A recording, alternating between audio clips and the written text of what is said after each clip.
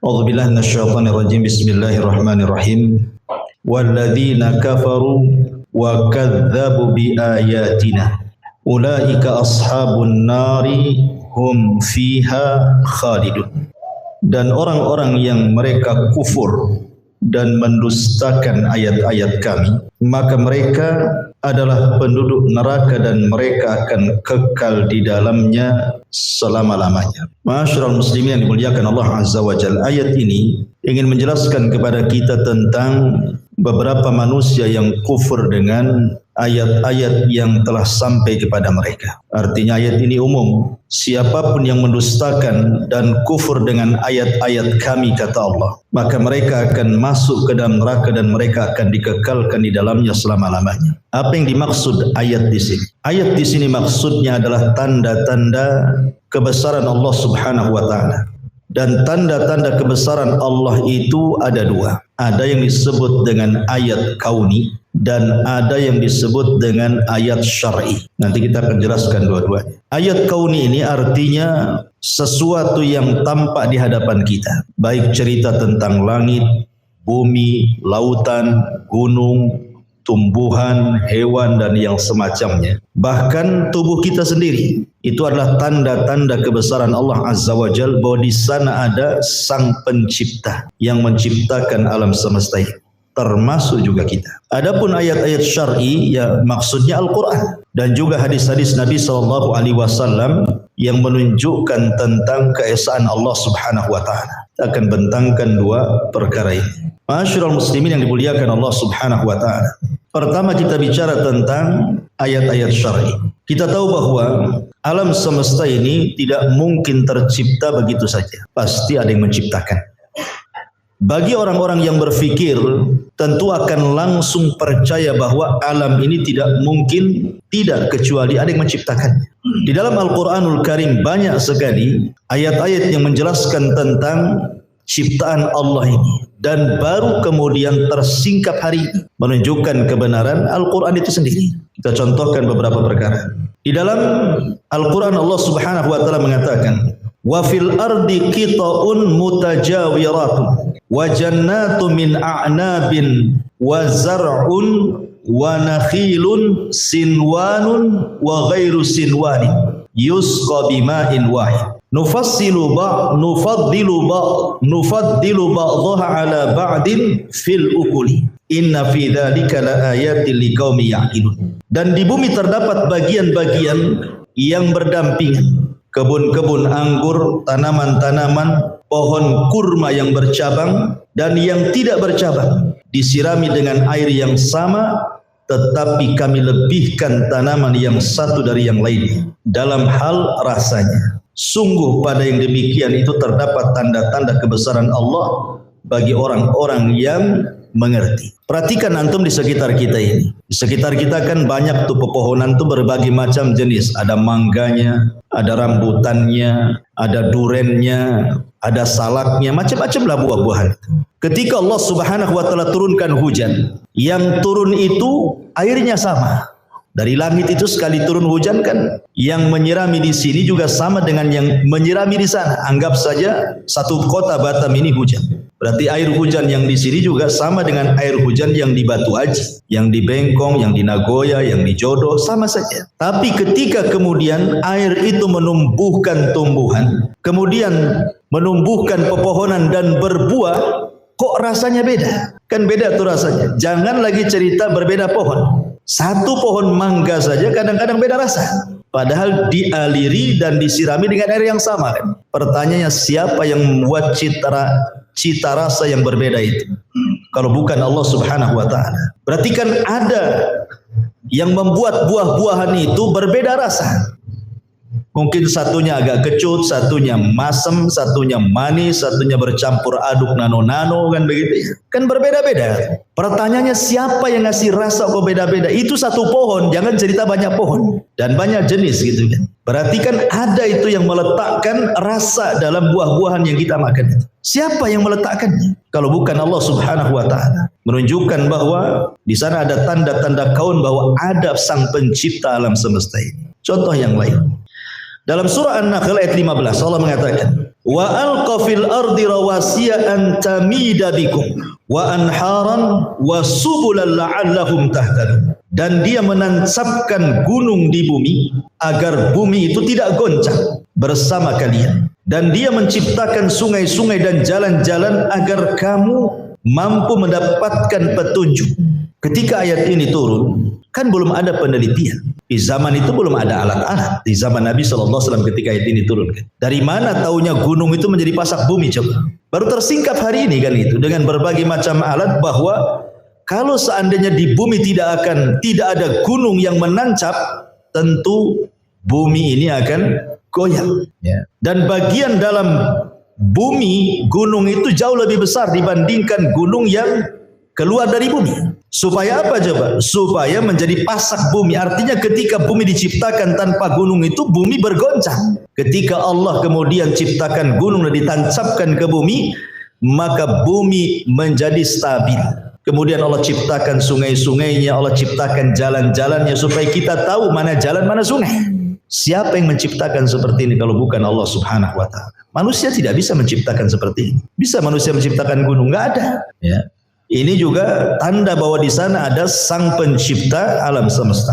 Kemudian juga ayat yang sangat pendek. Allah Subhanahu wa taala mengatakan, "Wa fi anfusikum afala tubsirun." Bahkan dari badan kalian sendiri itu ada tanda-tanda kebesaran Allah kalau kalian mau melihat. Nabi SAW pernah mengatakan dalam sebuah hadis yang dikeluarkan Imam Muslim, "Innahu khuliqa kullu insanin min bani Adam ala sittin wa thalathina mi'ati mafsilin faman kabbarallaha wa hamidallaha wa hallalallaha wa sabbahallaha wa astaghfarallaha wa azala hajaran an tariqin nasi aw syaukatan aw adaman an tariqin nasi wa amara bima'rufin aw naha an munkarin adada tilka sittin wa thalathimi'ati sulama." Sesungguhnya setiap manusia dari anak cucu Adam ini terlahir dengan 360 rangkaian persendian. Maka barang siapa yang bertakbir, bertahmid, bertahlil, bertasbih serta mohon ampunan kepada Allah, menyingkirkan bebatuan, duri-duri atau tulang belulang dari jalan yang biasa dilewati manusia, serta menyuruh kepada yang ma'ruf, mencegah dari yang mungkar, sebanding dengan 360 jumlah persendian itu. Pertanyaannya, kapan Rasul menghitung persendian orang? Sebanyak 360 persendian itu. Ternyata hari ini dunia kesehatan dokter tersingkap memang persendian manusia itu berjumlah segitu kan? 360 persendian. Nabi SAW tahu dari mana coba? Kan belum menghitungnya kan? Di zaman itu kan belum ada peralatan. Kok tahu jumlahnya segitu? Kalau bukan Allah yang memberitahu. Dan hari ini tersingkap memang segitu jumlahnya persendian manusia. Wa fi anfusikum afala tubsirun. Dalam badan kita saja banyak tanda-tanda kuasa Allah yang menunjukkan bahwa di sana ada Sang Pencipta alam semesta termasuk kita. Seperti yang sudah jelaskan, ketika Allah Subhanahu wa taala menciptakan manusia saja dalam beberapa proses kan. Segumpal mani, diciptakan dulu segumpal mani. Kemudian ciptaan yang kedua segumpal darah, ciptaan yang ketiga segumpal daging. Baru kemudian jadi orang, ditiupkan roh, dicatat rizkinya. Ya. Bahkan janin itu ketika Allah Subhanahu wa taala mengatakan, "Wallahu akhrajakum min butuni ummahatikum la ta'lamuna syai'a wa ja'ala lakumus sam'a wal absar wal af'idah." Dan Allah yang mengeluarkan kalian dari perut-perut ibu kalian, dan Allah jadikan pendengaran, kemudian penglihatan, kemudian hati. Lihat, Allah dahulukan pendengaran dibandingkan penglihatan. Kenapa? Karena janin dalam perut itu sudah mendengar, tapi tidak bisa melihat. Melihatnya itu kalau sudah brojol ke bumi, baru dialah nampak sikit-sikit, baru lihat. Itu pun tidak langsung lihat kan? Buta, masih buta bayi lahir itu. Baru dengan proses beberapa waktu baru mulai melihat. Tapi kalau mendengar, dalam perut sudah mendengar bayi itu. Makanya ketika para ulama membicarakan tentang bagaimana seseorang anak itu mudah menghafal Quran, salah satu thariqahnya apa? Ibunya saat mengandung itu biasakan membaca Quran, mendengar Quran, karena janin mendengar. Dia mendengar bayi itu, jangan salah. Ya, makanya Allah dahulukan mendengar baru melihat, karena janin dalam perut itu sudah mendengar dia. Dan itu dibuktikan oleh sains hari ini. Dia bisa mendengar. Makanya kalau saat kemudian istri antum hamil, kemudian hari-hari baca Quran, hari-hari dengar Quran, sehingga si janin itu mendengar ketika dia berojol itu sudah ada gambaran tuh. Tapi kalau istri antum lagi hamil yang didengar dangdutan kan itu, kemudian jazz, rock, macam-macam, reggae-nya gitu, ya keluar ya jadi seperti itu lah, loncat-loncat jadi. Masyarul muslimin yang dimuliakan Allah Azza wa Jalla. Ini kan tersingkap, makanya Allah mengatakan wa fi anfusikum afala tubsirun. Lihat, di alam semesta ini ada zat yang menciptakan segalanya. Atau contoh yang lain, Allah menyebutkan dalam surah Nur ayat 40, au kadzulumati fil bahri lujji yaghshahu maujun min fawqihi sahab dzulumatun ba'duha fawqa ba'din idza akhraja yadahu lam yakad yaraha wa man lam yaj'alillah lahu nuran fama lahu min nur. Atau keadaan orang-orang kafir seperti gelap gulita di lautan yang dalam, yang diliputi oleh gelombang demi gelombang, di atasnya ada lagi awan gelap. Itulah gelap gulita yang berlapis-lapis. Apabila dia mengeluarkan tangannya hampir tidak dapat melihatnya. Barang siapa tidak diberi cahaya petunjuk oleh Allah, maka dia tidak mempunyai cahaya sedikit pun. Surah Nur ayat 40. Pertanyaannya, kapan Rasul nyelam sehingga tahu dasar lautan itu gelap? Nabi naik perahu aja tidak pernah. Nabi loh nggak, cuma Nabi bersabda, nanti kalian akan menyerang manusia dengan cara, akan menyerang musuh kalian dengan cara menyeberangi lautan, kata Rasul. Rasul hanya ngomong saja. Dan ini terjadi di zaman Utsman kan. Ketika Utsman mengirim Muawiyah ibn Abi Sufyan kemudian menyerang Afrika, harus melewati lautan. Tapi di zaman Rasul aja tidak pernah naik di atas perahu, itu tidak pernah. Apalagi nyemplung di lautan, apalagi nyelam. Waktu itu nggak ada kayak zaman sekarang ada alat-alat bisa nyelam dalam kedalaman sekian itu kan. Nggak ada alat di zaman itu. Kok tahu bahwa di dasar lautan itu gelap? Pertanyaannya. Ya kan? Berarti apa? Berarti Allah Subhanahu wa taala ketika berfirman seperti ini mencontohkan keadaan orang-orang kafir, Allah mengatakan di sini atau keadaan orang-orang kafir seperti gelap gulitanya di dalam lautan yang dalam. Baru tersingkap hari ini. Banyak penyelam barat itu yang dengan alatnya mereka masuk ke lautan, memang gelap di dalam itu. Nah, ini siapa yang menggelapkan lautan? Kok tahu? Ya kan? Berarti di sana ada Sang Khalik pencipta alam semesta. Atau contoh yang lain, ya. Allah Subhanahu wa taala berfirman di dalam surah Al-Hajj ayat 65. Alam tara annallaha sakhkhara lakum ma fis samawati wa alam tara annallaha sakhkhara lakum ma fil ardi wal fulka tajri fil bahri bi amri yumsikus sama an taqa'a 'alal ardi illa bi idzni innallaha bin nasi la raufur rahim. Tidakkah engkau memperhatikan bahwa Allah menundukkan bagimu untuk manusia apa yang ada di bumi dan kapal yang berlayar di lautan dengan perintah, dan dia menahan benda-benda langit agar tidak jatuh ke bumi melainkan dengan izinnya. Sesungguhnya Allah Maha Pengasih lagi Maha Penyayang. Ikhwan, seorang antariksa naik ke atas. Di zaman itu kan nggak ada yang bisa naik keluar bumi, nggak ada alatnya. Pakai apa? Zaman sekarang sajalah kan, mulai ada pesawat luar angkasa kan itu. Naruhlah satelit-satelit di atas langit itu kan begitu. Jadi ada seorang antariksa bercerita bahwa setelah dia keluar dari bumi itu, dia melihat bumi dari atas. Kok bumi itu kok nggak jatuh? Dia kan modelnya kan ya namanya ngambang begitu. Seperti kita ngangkat bola, bola ini akan diam kalau kita ada talinya di atas kita pegang. Kan gitu ya? Ya, ambil tali, bolanya kita tali, kita pegang, maka bola ini akan diam saja kan itu. Tapi kalau talinya lepas dia akan jatuh kan? Pertanyaannya ini, kok bisa bumi itu tidak jatuh? Siapa yang megang itu padahal nggak ada talinya tuh? Itu loh maksudnya ya. Ya siapa lagi kalau bukan Allah kan begitu ya. Manusia tidak bisa menahan bumi. Menahan bumi, langit juga tidak jatuh. Kenapa langit tidak jatuh? Makanya Allah Subhanahu wa taala ketika bicara soal langit, apa kata Allah Subhanahu wa taala? Allah menceritakan tentang langit. Perhatikan, Allah Subhanahu wa taala berfirman, "Afala yamduruna ilal ibili kaifa khuliqat?" Tidakkah mereka memperhatikan unta bagaimana diciptakan?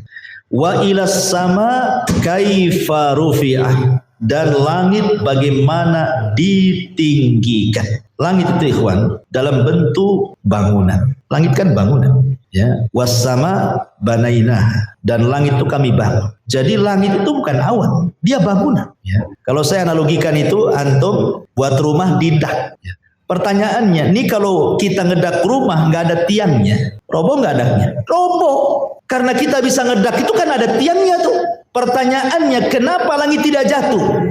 Dan antum keliling bumi tidak ada tiang yang menyanggah langit. Siapa yang menyanggahnya gitu maksudnya? Tentu jawabannya adalah Allah. Makanya Allah mengatakan dalam surah Ar-Ra'd ayat 2-3, Allahul ladzi rafa'as samawati bighairi amadin tarawunaha. Allah yang meninggikan langit tanpa tiang sebagaimana yang kamu lihat hari ini. Keliling dunia cari tiang langit yang akan ketemu. Di mana tiangnya? Kok langit enggak roboh padahal dalam bentuk bangunan? Siapa yang menahannya? Allah. Bahkan ada seorang yang naik ke langit antariksa, orang-orang antariksa itu, astronot naik ke langit, menceritakan tentang ada bintang yang mengetuk-ngetuk pintu langit. Heran dia. Kita orang Islam tidak heran karena Allah mengatakan was-sama'i wat-thariq. Ya. Was-sama'i wat-thariq. Quran sudah mengatakan memang ada bintang yang mengetuk-ngetuk kan begitu ya. Enggak perlu diteliti pun kita yakin. Tetapi dengan adanya penelitian itu makin yakin bahwa di sana ada sang pencipta Allah Subhanahu wa taala, dan itu kebesaran dari tanda-tanda Allah, tanda-tanda kebesaran Allah Subhanahu wa taala. Bahkan ada satu ayat di dalam surah Al-Anbiya 30.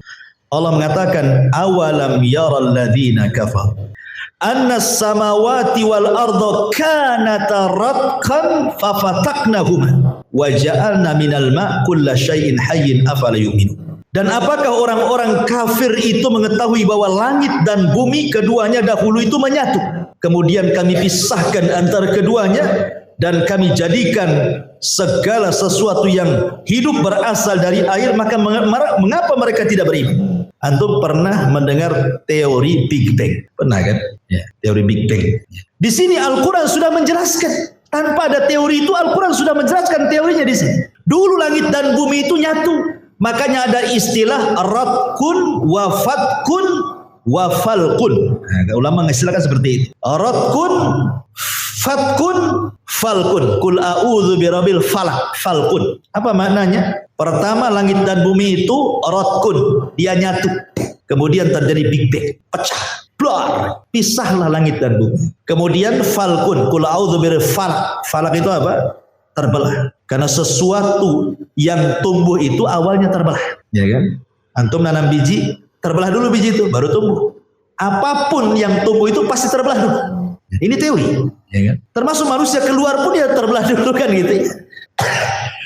Intinya bahwa bagaimana Al-Quran sudah bicara tentang teori itu sebelum banyak orang yang meneliti tentang langit dan bumi, menunjukkan bahwa kebenaran Al-Quran, bahwa di sana ada sang Khalik yang menciptakan alam semesta. Ini disebut ayat namanya, ayat kauni. Ya. Ma'asyiral muslimin yang dimuliakan Allah Subhanahu wa taala. Kemudian juga Allah Subhanahu wa taala mengatakan dalam Al-Quran, alladzi khalaqas sab'a samawatin tibaq ma tara fil khalqir rahmani min tafawut farji'il basar hal tara min futur. Yang menciptakan 7 langit, 7 lapis langit, dia tidak akan kamu lihat sesuatu yang tidak seimbang pada penciptaan Allah itu. Jadi ketika Allah menciptakan langit dan bumi itu semua seimbang. Bahkan bukan hanya langit dan bumi, kita aja dibuat seimbang. Tangan itu tidak ada panjang sebelah. Maksudnya orang sehat lah kan itu. Mata itu tidak ada yang kemudian tidak sejajar. Nggak mungkin satu di pipi, satu di atas. Apa tuh bentuknya? Kaki juga sama. Sebab kaki kalau panjang sebelah susah jalan tuh. Artinya bahwa dalam badan kita aja seimbang. Allah seimbangkan semuanya. Jari-jari lo kiri kanan sama. Seimbang semuanya. Apa langit dan bumi Allah seimbangkan dengan 7 lapis langitnya dengan 7 lapis buminya. Allah buat seimbang, dan itu tidak bisa dilakukan siapapun kecuali Sang Khalik pencipta alam semesta. Ma'asyiral muslimin yang dimuliakan Allah Subhanahu wa taala. Kemudian Allah mengatakan juga di dalam Al-Qur'an, "Huwallazi ja'ala asy-syamsa diya'an wal qamara nuran wa qaddarahu manazila li ta'lamu 'adada as-sinina wal hisab. Ma khalaqallahu dzalika illa bil haqq yufassilul ayat liqaumin ya'lamun." Dialah yang menjadikan matahari bersinar, bulan bercahaya, dan dialah yang menetapkan tempat-tempat orbitnya agar kamu mengetahui bilangan tahun dan perhitungan waktu. Allah tidak menciptakan demikian itu melainkan dengan benar. Dia menjelaskan tanda-tanda kebesarannya kepada orang-orang yang mengetahui. Ya, siapa yang menciptakan matahari sehingga mampu menerangi alam semesta? Makanya sering saya katakan, walaupun satu PLN, siapa yang bisa menerangi satu bumi ini dengan PLN? Gak akan bisa, gak ada ceritanya. Tapi satu matahari bisa terang semuanya, masuk ke rumah-rumah, masuk ke gua-gua, ke gorong-gorong, ke ya Allah, ini nikmat dari Allah. Siapa yang membuat cahaya sebesar itu gitu ya matahari, sehingga satu matahari bisa menerangi satu bumi, itu kan luar biasa. Sementara listrik aja tidak bisa menerangi seterang matahari. Contohnya malam hari lah, semua diterangkan, ya nggak seterang matahari juga kan itu. Lah siapa yang menciptakan cahaya sehebat itu kalau bukan Allah yang menciptakannya? Sampai-sampai Allah Subhanahu wa taala menantang di dalam Al-Qur'an itu ya. Apa tantangan Allah Subhanahu wa taala? Allah mengatakan, "Qul ara'aitum in ja'alallahu 'alaikumul laila sarmadan ila yaumil qiyamah man ilahun ghairullah ya'tikum bidiya'in afala tasma'un." Qul ara'aitum in ja'alallahu 'alaikumun nahara sarmadan ila yaumil qiyamah man ilahun ghairullah ya'tikum bilailin taskununa fihi afala tubsirun. Bagaimana pendapat kalian, kata Allah, kalau seandainya Allah jadikan malam terus sampai kiamat? Adakah di antara makhluk selain daripada Allah yang mampu mendatangkan terang? Tidakkah kau mendengar? Ataukah kami jadikan malam terus, ataukah kami jadikan siang terus sampai kiamat gak ada malamnya? Apakah di sana ada Tuhan selain Allah yang mampu mendatangkan gelap kalau kalian melihat? Dari sini saja ikhwatu fillah muliakan Allah, perputaran antara siang dan malam saja ini sudah cukup tanda-tanda kebesaran Allah, ikhwan. Coba bayangkan kalau seandainya Allah buat gelap sampai kiamat, siapa yang bisa menerangi bumi? Atau kalau seandainya Allah buat semua terang sampai kiamat, mungkin antum tidak akan istirahat. Allah buat seimbang malam untuk istirahat, siang pula untuk bekerja, supaya ada keseimbangan gitu. Dan ini fitrah, makanya Allah jadikan malam itu libas, tempat kalian istirahat. Siang itu harokat, tempat kita bergerak. Orang yang membalikan fitrah biasanya berpenyakit tuh. Coba saja antum jadikan kerja malam, istirahat siang. Lama-lama datang penyakit karena menyalahi fitrah masalahnya. Karena Allah sudah buat waktu-waktunya. Subhanallah. Berarti di sana ada pencipta Allah Subhanahu wa taala. Ma'asyiral muslimin yang dimuliakan Allah Subhanahu wa taala. Kemudian Allah juga mengatakan dalam Al-Qur'an, "Wa arsalna riyaha lawaqih fa anzalna minas sama ma'an fastasqainakumuhu wa ma antum lahu bikhazin." Dan kami telah meniupkan angin untuk mengawinkan, dan kami turunkan hujan dari langit, lalu kami beri minum kamu dengan air itu, dan bukanlah kamu yang menyimpannya. Coba, Allah turunkan pertama angin dulu. Angin ini fungsinya apa? Meniupkan benih, ya kan? Makanya kita lihat di kita ini perasaan di depan rumah itu awalnya gersang. Atau ketika turun hujan kok ada pohon kemangi di situ. Ada pohon dari mana ini datangnya? Perasaan istri antum enggak nabur kemangi di situ. Kok ada tumbuh kemangi, tumbuh macam-macam di situ kan? Rumput-rumput apa kan yang untuk obat herbal tuh. Lalu siapa yang naruh bijinya di situ? Angin yang entah dari mana-mana angin itu bawa benih, taruhlah di situ. Entah pohonnya yang di sana ke bawah angin, tahu-tahu jatuhnya di sini kan? Siapa yang mengantarkan itu loh? Angin. Siapa yang memutarkan angin? Allah. Gitu maksudnya. Kemudian ketika turun hujan, kemudian masuk ke bumi, kok kenapa airnya tersimpan pula dalam bumi itu? Bahkan di Begong Nusantara itu kan dulu saya tinggal di situ. Kan itu bukit tuh ke atas Begong Nusantara itu. Saya gali sumur, di rumah itu kan tinggi. 5 meter sudah ada airnya. Kemudian di bawah lagi yang jalan tuh, padahal kalau di meter tuh dari jalan bawah ke atas itu maulah 100 meter lebih tuh nanjaknya. Ketika digali 5 meter juga itu ada air. Kok bisa kan? Di atas digali 5 meter ada air, di bawah pun pada sudah 100 meter itu kerendahannya, 5 meter juga ada air kan? Harusnya kalau kita mengikuti teori air itu apa? Mengalir ke yang rendah kan? Itu teori air kan? Harusnya kalau kita gali di atas tuh, harusnya kalau umpamanya kerendahannya 100 meter, berarti digali 100 meter, baru sama dengan jalan, baru ada air kan gitu ya? Ternyata tidak juga. Lah siapa yang meletakkan air di situ? Rupanya kan ini teori, nggak berlaku teori air dalam gunung itu. Rupanya di atas 5 meter dapat air, di bawah 5 meter pun dapat air kan gitu ya? Berarti kan siapa yang nyimpan tuh air di dalam bumi itu kalau bukan Allah? Siapa yang nyimpan? Nggak berlaku teori di sini. Makanya di sini Allah Subhanahu wa taala mengatakan, dan kami telah meniupkan angin untuk mengawinkan, dan kami turunkan hujan dari langit, lalu kami beri minum kamu dengan air itu, dan bukanlah kamu yang menyimpannya. Lalu siapa yang menyimpannya? Allah, itu maksudnya. Allah yang menyimpannya. Lah ini namanya ayat kauni namanya. Harusnya makin kita memperhatikan alam, makin beriman bahwa di sana ada Sang Khalik yang menciptakan alam semesta. Ma'asyiral muslimin yang dimuliakan Allah Subhanahu wa taala. Di dalam surah Ar-Rahman ayat 19-20 Allah katakan apa? Marajal bahraini yaltaqiyan bainahuma barzakhun la yabghiyan. Dia membiarkan dua lautan mengalir yang kemudian keduanya bertemu. Di antara keduanya ada batas yang tidak dilampaui oleh masing-masing. Ada sebagian laut itu ikhwan, padahal satu lautan, airnya juga satu menjadi satu. Tetapi ada sebagian lautan itu terbelah airnya. Yang sebelah sini asin, yang sebelah ini tawar pula. Padahal kan satu tuh. Antum contohkan nih, antum ambil air, taruh di jolang. Kemudian antum tabur garam. Pasti asin semua. Pasti asin semua kan? Ya. Tapi ada lautan itu ikhwan, itu satu lautan. Kok bisa dipisah yang sebelah sini asin, yang sebelah sini tawar gitu ya? Siapa yang membuat sebelah sini asin, sebelah sini tawar ini? Hah? Padahal air itu kalau dicemplungkan tepung nyatu jadi satu tuh. Ya pertanyaannya hanya Allah jawabannya. Siapa lagi? Siapa yang membuat orang kayak bisa kayak gitu? Kalau kita manusia paling ya kita dinding lah. Kan gitu kan? Kita kasih dinding kan itu. Baru sini taburi garam, yang sini tidak. Barulah itu satu tawar satu asin kan?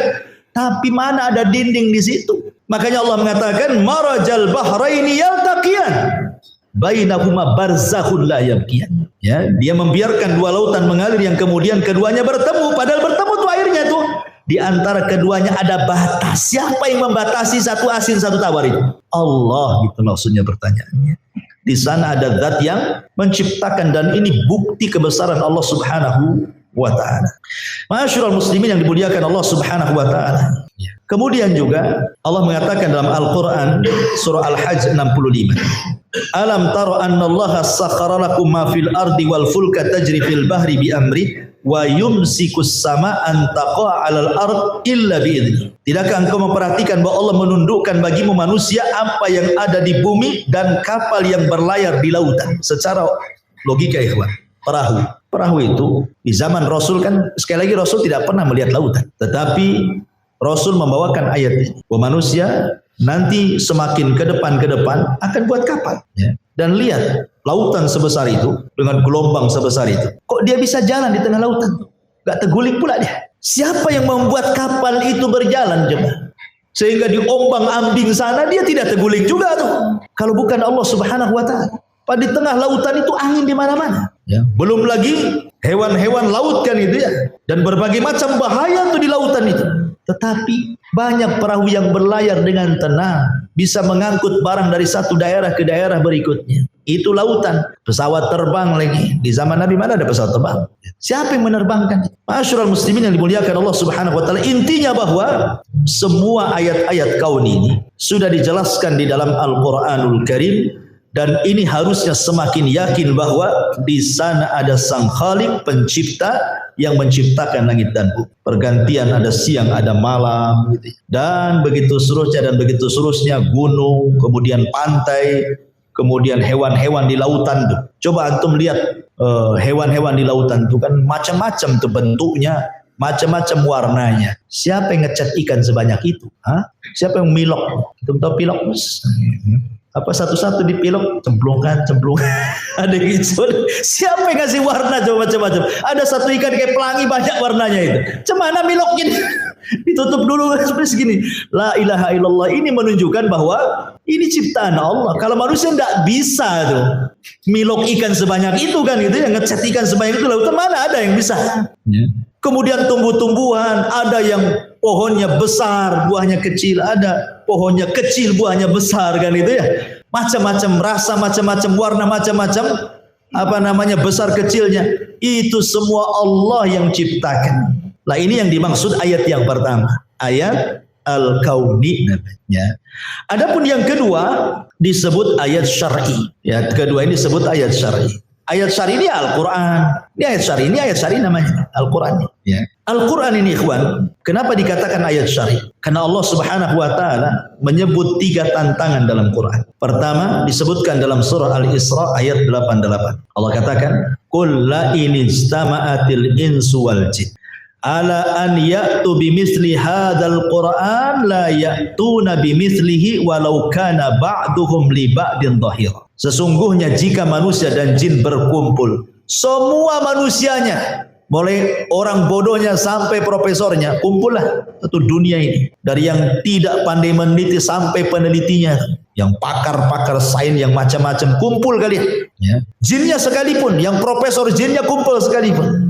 Untuk mendatangkan serupa dengan Al-Quran, kata Allah, niscaya mereka tidak akan dapat membuat serupa dengan Al-Quran, sekalipun sebagian mereka menjadi pembantu bagi yang lainnya, sekalipun mereka sepakat kompak untuk membuat semisal Quran, tidak akan mampu. Oke lah, kalau Quran sih ketebalan, sekarang kita kurangi, jangan satu Quran, 10 surat saja dalam Quran. Allah mengatakan dalam surah Hud ayat 13-14, am yaquluna iftara qul fa'tu bi asyri suwarin mithlihi muftarayat wad'u man istata'tum min dunillah in kuntum shadiqin fa illam yastajibu lakum fa'lamu annama unzila bi ilmillah wa an la ilaha illahu fahal antum muslim.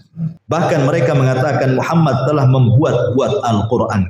Katakan ya Muhammad kepada orang yang mengatakan seperti itu, datangkan 10 surat serupa dengan Al-Quran. Panggil orang-orang yang kamu sanggup selain daripada Allah, jika kamu memang orang-orang yang benar. Jika mereka yang kamu seru itu tidak menerima seruanmu itu, maka ketahuilah sesungguhnya Al-Quran itu diturunkan dengan ilmu Allah, dan bahwasanya tidak ada Tuhan selain Dia, maka maukah kamu berserah diri? Lihat, okelah mendatangkan satu Quran ketebalan.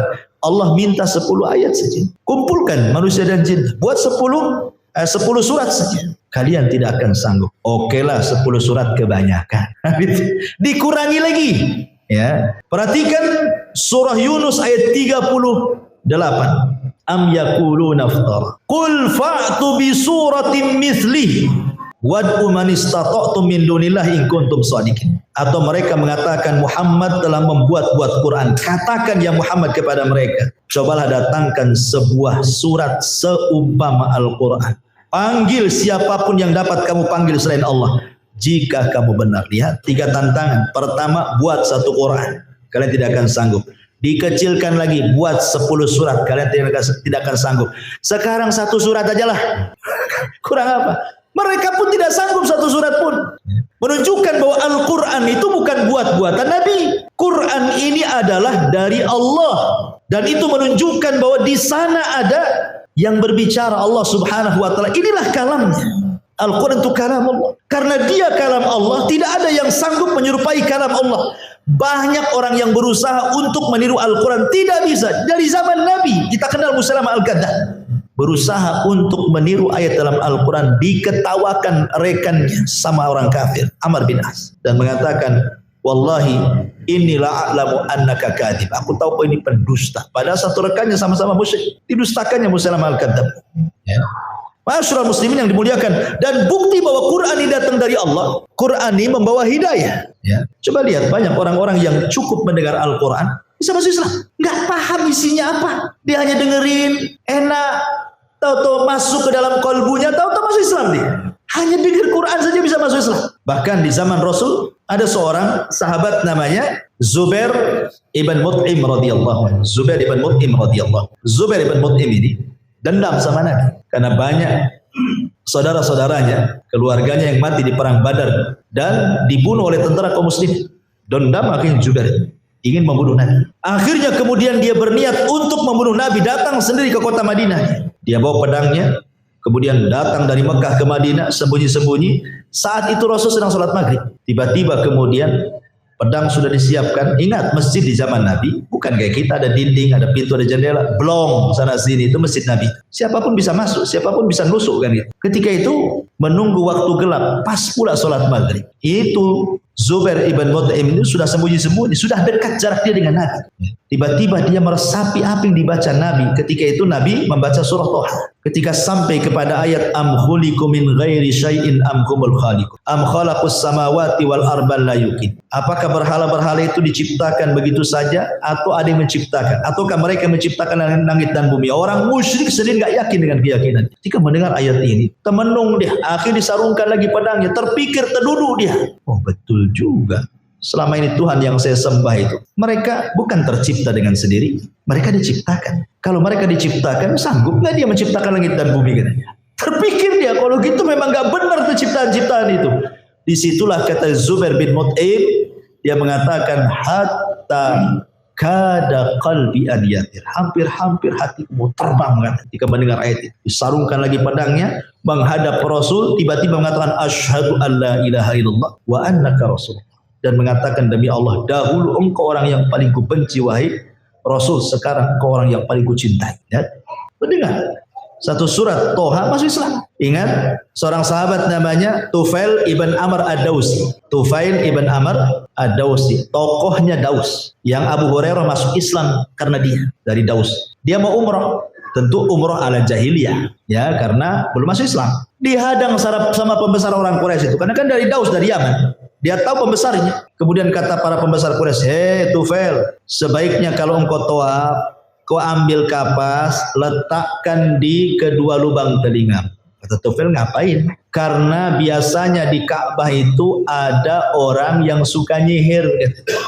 Namanya Muhammad. Itu kalau kau dengar ucapannya, kau akan tersihir. Dia itu orang gila, macam-macam dituduh-tuduh. Bahaya tuh. Namanya orang baru, ditakut-takut.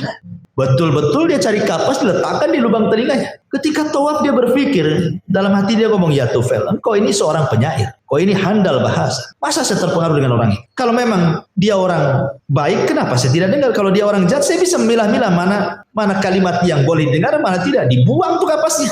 Rupanya kok ada orang yang beda sendiri ibadahnya. Didekati, rupanya Rasul sedang sholat di situ. Ketika Rasul sedang sholat, kemudian selesai sholat, dia pun kemudian menghampiri Rasulullah SAW, kemudian mengucapkan salam. Kemudian dia duduk bersama Rasul sebentar, dibacakan Quran sama Nabi, langsung masuk Islam. Tufail ibn Amr ad-Dawsi.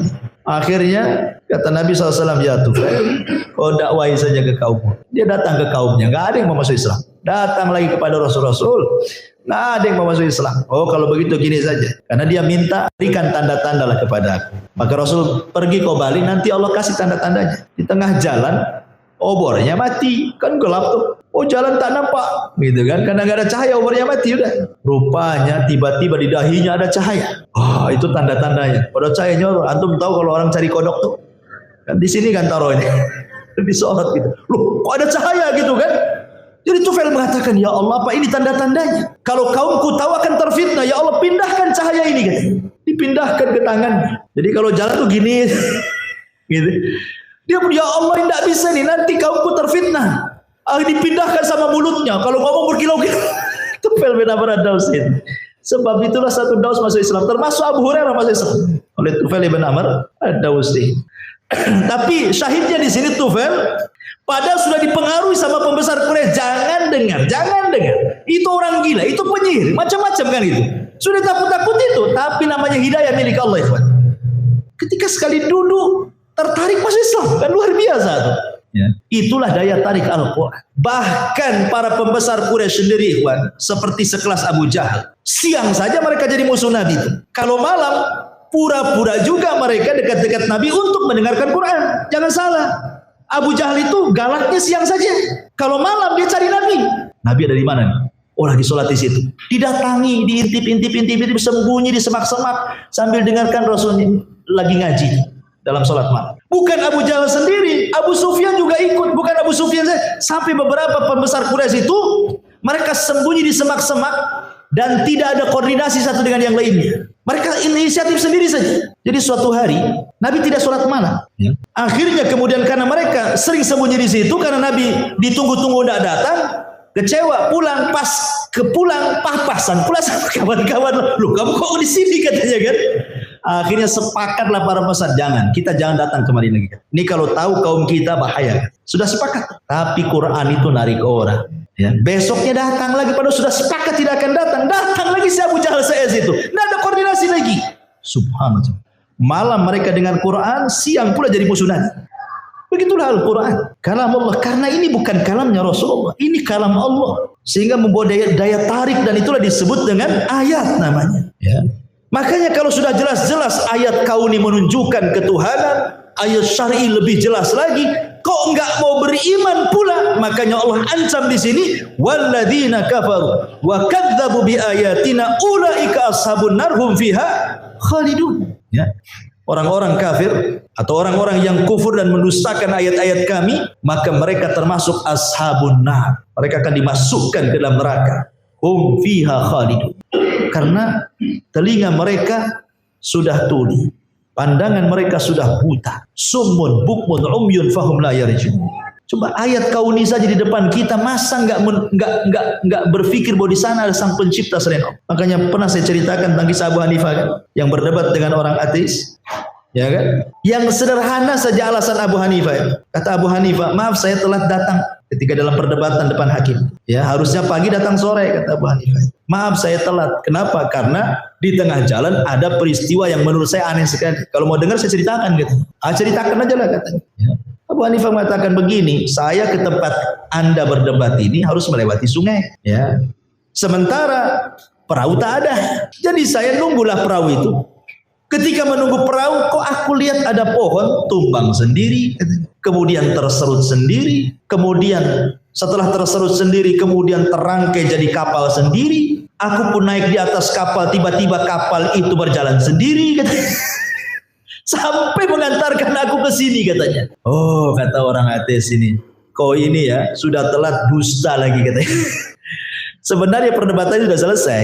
Kenapa? Orang ateis kan mengingkari tidak ada pencipta. Tetapi dia mengatakan dusta kepada Abu Hanifah. Yang enggak mungkin lah Abu Hanifah. Pasti ada yang nebang, pasti ada yang nyerut, pasti ada yang buat kapal, pasti ada nakodanya. Lah kalau pohon saja enggak mungkin jadi perahu kecuali yang nebang. Lah alam semesta ini masa enggak ada penciptanya? Gitu loh sederhananya gitu ya. Ya. Sebenarnya Abu Hanifah ketika mereka mengingkari sudah selesai debatnya tuh. Kan sudah kalah mereka. Karena orang ateis itu kan mengingkari tidak ada Tuhan kan. Ya tidak mungkin, mustahil lah. Itu mereka sendiri mengatakan mustahil, kok ada pohon tertebang sendiri, terserut sendiri, terangkai kapal sendiri, jalan sendiri, kan mustahil. Loh kalau masalah sepele, masalah kapal saja mustahil kecuali ada yang buat. Ini masalah langit, masalah bumi, masalah lautan, masalah gunung, masalah hutan. Masa tiba-tiba begitu saja? Ya. Pasti ada penciptanya.